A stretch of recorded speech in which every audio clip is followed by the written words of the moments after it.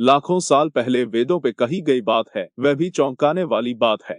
और बात यह है कि जो ब्रह्मांड में है वही तुम्हारे शरीर में भी है। यथा पिंडे तथा ब्रह्मांडे, जो पिंड शरीर में है वही ब्रह्मांड में है। यानी ये शरीर के अंदर सारा ब्रह्मांड समाया है। ये शरीर की सबसे बड़ी चौंकाने वाली बात है।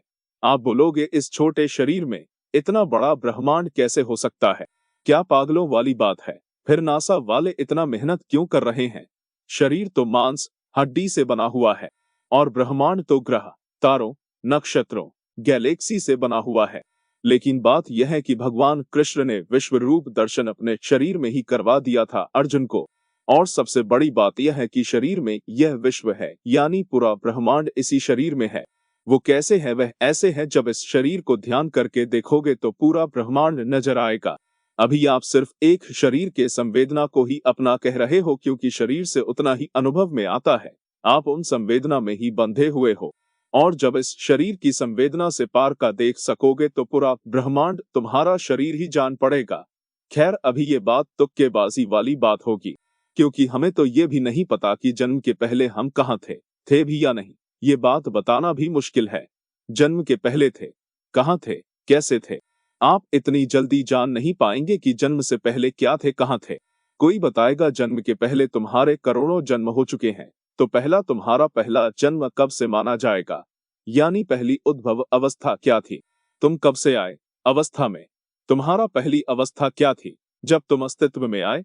ये सब प्रश्न बचकानी लगेगी, क्योंकि हमने आत्मवाद वाली पुस्तक पढ़ रखी है और अपने को आत्मा समझते हैं, उसी में संतुष्ट हैं। आत्मा होने के पहले भी कुछ था क्या? अगर था तो क्या था? ये सब प्रश्न दिमाग को चकराने वाले हैं, और जिससे दिमाग चकरा जाए उस पचड़े में पड़ना ही क्यों?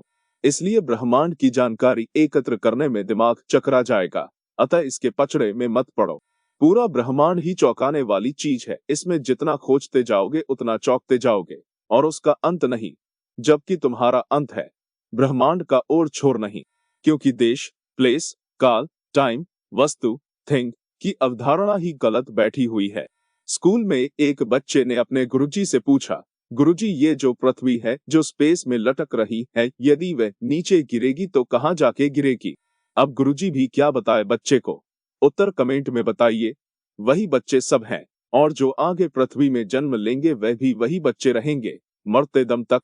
क्योंकि हमारा समाज, हमारा वातावरण अज्ञानता से भरा है। हमें देश, काल, वस्तु को सत्य बताया गया है, जबकि ये सब उतना सत्य नहीं जितना कि बताया गया है। और अगर इसी समाज में कोई बच्चा जन्म लेगा तो उसे भी अज्ञानता ही हाथ लगेगी। इस भीड़ में वही बच्चे सत्य तक पहुंच पाते हैं जो अपने अनुभव का बड़ी कठोरता से आदर करते हैं। बाकी तो संसार की आपाधापी में ही बूढ़े हो जाने वाले हैं। कहां से कहां निकल गया। ब्रह्मांड को अपनी एक बुद्धि से नहीं समझा जा सकता, बल्कि सभी मनुष्यों की बुद्धि से भी नहीं समझा जा सकता। खाना को मुंह तक ले जाने में भी मेहनत, ऊर्जा लगती है, तभी आप जीवित है। हाथ से मुंह तक खाना अंदर ले जाने में ऊर्जा लगती है, लेकिन नाक से हवा, प्राणवायु डालने और निकालने में किसकी मेहनत लग रही है, उसे भी खोजो। नाक से हवा कौन डाल रहा है और कौन निकाल रहा है, उसको ऊर्जा कौन से रहा है? कौन है जो फेफड़ों को अनवरत सिकुड़ने और फैलने की ऊर्जा दे रहा है? क्योंकि बिना किसी ऊर्जा के कोई चीज अपने आप फैल और सिकुड़ नहीं सकती। जब बिना कुछ बताए, बिना तुम्हारी इजाजत के तुम्हारे मुंह में कोई खाना डाले या जबरदस्ती खाना घुसाए तो तुमको कितना गुस्सा आएगा। लेकिन बिना तुम्हारी इजाजत के तुम्हारे नाक में हवा डाले जा रहा है, फिर भी तुमको गुस्सा नहीं आता। लोहार की धौकनी को भी हाथ से ऊर्जा देते हैं, तभी वह हलती और सिकुड़ती है। लेकिन मनुष्य शरीर में स्थित फेफड़ा को कौन ऊर्जा दे रहा है, जो हवा को अंदर ले रही है और छोड़ भी रही है बिना किसी बाह्य ऊर्जा के? ब्रह्मांड ये ऊर्जा सबके लिए समान रूप से कार्य कर रही है। इससे बड़ा चौंकाने वाली बात नहीं हो सकती। अगर आपको वीडियो अच्छी लगी तो चैनल को सब्सक्राइब करना न भूले।